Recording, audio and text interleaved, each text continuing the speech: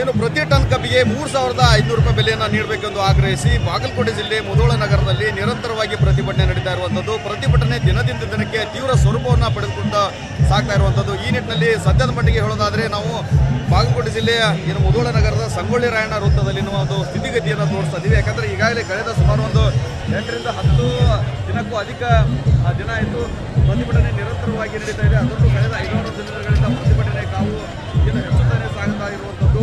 ಒಂದು ಕಡೆ ಜಿಲ್ಲಾಡಳಿತ ಮತ್ತು ಏನು ಅಧಿಕಾರಿಗಳು ಎಲ್ಲರೂ ಕೂಡ ಸಕ್ಕರೆ ಕಾರ್ಖಾನೆ ಮಾಲೀಕರು ಮತ್ತು ರೈತರ ಜೊತೆ ಸಭೆ ನಡೆಸಿ ಮೇಲಿಂದ ಮೇಲೆ ಇದನ್ನು ಸಂಧಾನ ಮಾಡುವಂಥ ಪ್ರಯತ್ನವನ್ನು ಮಾಡ್ತಾ ಇದ್ದಾರೆ. ಆದರೆ ಒಂದು ಕಡೆ ಕಾರ್ಖಾನೆ ಮಾಲೀಕರು ಏನು ಸರ್ಕಾರದ ಆದೇಶವನ್ನು ಮಾತ್ರ ಪಾಲಿಸ್ತೀವಿ ಅಂತ ಹೇಳಿದರೆ ಏನು ರೈತರು ಮಾತ್ರ ಅದನ್ನು ನಾವು ಕೇರ್ ಮಾಡೋದ್ರಿಂದ ನಮಗೆ ಪ್ರತಿಯೊಂದು ಟನ್ಗೆ 3,500 ರೂಪಾಯಿ ಬೇಕೇ ಬೇಕು. ನಾವು ರಿಕವರಿ ಏನು FRP ಯಾವುದನ್ನು ಕೂಡ ನಾವು ಅದನ್ನು ಕೇರ್ ಮಾಡೋದಿಲ್ಲ, ನಮಗೆ ಬೇಕಾಗಿದ್ದು 3,500 ರೂಪಾಯಿ ಅಂತ ಹೇಳ್ಕೊಂಡು ಏನು ಪ್ರತಿಭಟನೆ ಒಂದು ಬಿಗಿಪಟ್ಟನ್ನು ಹಿಡಿದು ನಿರಂತರವಾಗಿ ಪ್ರತಿಭಟನೆಯನ್ನು ಮುಂದುವರಿಸ್ತಾ ಇದ್ದಾರೆ. ನಿನ್ನೆ ಕೂಡ ಇಡೀ ಮುಧೋಳ ತಾಲೂಕು ವ್ಯಾಪ್ತಿ ಏನು ರಾಜ್ಯ ಹೆದ್ದಾರಿ ಮತ್ತು ಗ್ರಾಮದ ಹೆದ್ದಾರಿ ಜಿಲ್ಲಾ ಹೆದ್ದಾರಿಗಳನ್ನ ಬಂದ್ ಮಾಡಿದ್ರು. ಆದರೆ ಇವತ್ತು ಪ್ರಮುಖವಾಗಿ ಹೇಳಬೇಕಂದ್ರೆ ಮುಧೋಳ ನಗರದಲ್ಲಿ ಬೃಹತ್ತಾದ ಒಂದು ಟ್ರ್ಯಾಕ್ಟರ್ ರ್ಯಾಲಿ ಇಟ್ಕೊಂಡಿದ್ದಾರೆ. ಟ್ರ್ಯಾಕ್ಟರ್ ಮತ್ತು ಎತ್ತಿನ ಬಂಡಿಗಳ ರ್ಯಾಲಿಯನ್ನು ಇಟ್ಕೊಂಡಿದ್ದಾರೆ. ಈ ನಿಟ್ಟಿನಲ್ಲಿ ಮತ್ತು ಇದರ ಜೊತೆಗೆ ಹೇಳಬೇಕಂತಂದರೆ ಈ ಒಂದು ರೈತರ ಪ್ರತಿಭಟನೆಗೆ ಮುಧೋಳ ನಗರದ ಎಲ್ಲ ವರ್ತಕರು ಕೂಡ ಏನು ಬೆಂಬಲವನ್ನು ನೀಡಿರುವಂಥದ್ದು. ಈಗಾಗಲೇ ತಾವಾಗಿ ಸ್ವಯಂ ಪ್ರೇರಿತವಾಗಿ ಅಂಗಡಿ ಮುಂಗಟ್ಟುಗಳನ್ನು ಕೂಡ ಬಂದ್ ಮಾಡಿದ್ದಾರೆ. ಮತ್ತು ಮುಧೋಳ ನಗರದಲ್ಲಿ ಈಗಾಗಲೇ ಕೆಲವೊಂದಿಷ್ಟು ಬಸ್ ಸಂಚಾರದಲ್ಲಿಯೂ ಕೂಡ ವ್ಯತ್ಯಯವಾಗಿರುವಂಥದ್ದು. ಬಸ್ ನಿಲ್ದಾಣದಲ್ಲಿ ಸ್ವಲ್ಪ ಬಸ್ ಇದೆ. ಅದನ್ನು ಹೊರತುಪಡಿಸಿ ಸದ್ಯದ ಮಟ್ಟಿಗೆ ಹೇಳಿದರೆ ಇನ್ನೇನು ಕೆಲವೇ ಕ್ಷಣಗಳಲ್ಲಿ ಈ ಟ್ರ್ಯಾಕ್ಟರ್ ಮತ್ತು ಎತ್ತಿನ ಬಂಡಿಯ ರ್ಯಾಲಿ ಆರಂಭವಾಗ್ತಾ ಇರುವಂಥದ್ದು. ಅದಕ್ಕೆ ಸಾಕ್ಷಿಯಾದಂಥ ದೃಶ್ಯಗಳು ಇಲ್ಲಿ ಕಂಡು ಬರ್ತಾ ಇದೆ. ಈಗಾಗಲೇ ಮುಧೋಳ ತಾಲೂಕಿನ ವಿವಿಧ ಗ್ರಾಮಗಳಿಂದ ರೈತರು ಏನೋ ತಮ್ಮ ಟ್ರ್ಯಾಕ್ಟರ್ಗಳನ್ನು ತಂದು ಈ ಸಂಗೊಳ್ಳಿ ರಾಯಣ್ಣ ವೃತ್ತದಲ್ಲಿ ನಿಲ್ಲಿಸಿಕೊಂಡು ನಿಂತಿರುವಂಥದ್ದು. ಅದರ ಜೊತೆಗೆ ಎತ್ತಿನ ಬಂಡಿಗಳನ್ನು ಕೂಡ ತಂದಿದ್ದಾರೆ.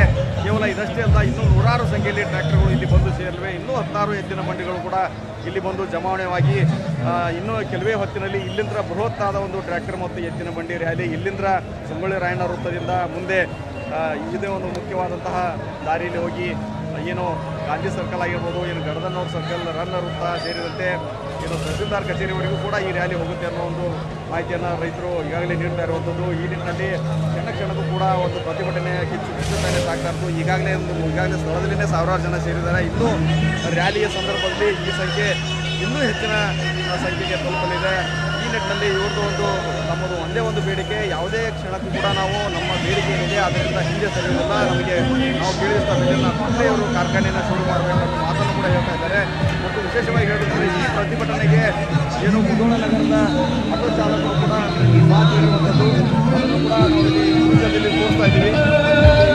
ನಮಸ್ಕಾರ, ಈಗಾಗಲೇ ಸಾಲಾಗಿ ಆಟೋಗಳನ್ನು ತಂದು ಆಟೋ ಏನು ಚಾಲಕರು ಈ ಒಂದು ರೈತರ ಪ್ರತಿಭಟನೆಗೆ ಅನ್ನದಾತನ ಜೊತೆಗೆ ನಾವಿದ್ದೀವಿ ಅಂತ ಹೇಳ್ಕೊಂಡು ಅವರು ಕೂಡ ಬಂದು ಸಾಥ್ ನೀಡಿದ್ದಾರೆ. ಅದರ ಜೊತೆಗೆ ಆ ಭಾಗದಲ್ಲಿ ಬ್ಯಾರಿಕೇಡ್ಗಳನ್ನು ಹಾಕಿ ರಸ್ತೆಯನ್ನು ಕೂಡ ಬಂದ್ ಮಾಡಿರುವಂಥ ದೃಶ್ಯ. ಯಾಕಂದರೆ ಇದು ಮುಧೋಳದಿಂದ ಜಮಖಂಡಿಗೆ ಸಂಪರ್ಕ ಕಲ್ಪಿಸುವಂತಹ ಪ್ರಮುಖವಾದಂಥ ರಸ್ತೆಯನ್ನು ಕೂಡ ಬಂದ್ ಮಾಡಿದ್ದಾರೆ. ಅದರ ಜೊತೆಗೆ ಇನ್ನೇನು ಕೆಲವೇ ಕ್ಷಣಗಳಲ್ಲಿ ಏನು ಬೃಹತ್ತಾದಂಥ ಒಂದು ಟ್ರ್ಯಾಕ್ಟರ್ ರ್ಯಾಲಿ ಆರಂಭವಾಗಲಿದೆ. ಅದರ ಜೊತೆಗೆ ಎತ್ತಿನ ಬಂಡಿ ರ್ಯಾಲಿ ಕೂಡ ಆರಂಭವಾಗಿದೆ.